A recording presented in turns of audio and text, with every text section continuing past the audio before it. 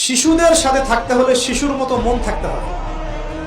বাচ্চাদের সাথে কারা ভালোভাবে মিশতে পারে জানেন? যাদের মনটা বাচ্চাদের মতো, শিশুর মতো সরল হতে হয়। শিশুর মতো হতে হয়, সরল। যাদের মন শিশুর মতো সরল, এদের মনের মধ্যে কিন্তু হিংসা, বিদ্বেষ, রিয়া, অহংকার এগুলো থাকবে না। ইব্রাহিম আলাইহিস সালাম ওই শিশু কুরবানির পরীক্ষায় ফেলতে হয়েছিল। আল্লাহ রাব্বুল আলামিন দেখেন তাকে বাচ্চাদের সাথে রেখে দিয়েছে। বাচ্চারা ওখানে খেলাধুলা করে, যখনই ওদের বাবার কথা মনে হয়, মায়ের কথা মনে হয়, দৌড় দিয়ে ইব্রাহিম আলাইহিস সালামের কাছে চলে আসে। তিনি আদর করে দেন, আবার চলে যায়। কি চমৎকার দৃশ্য!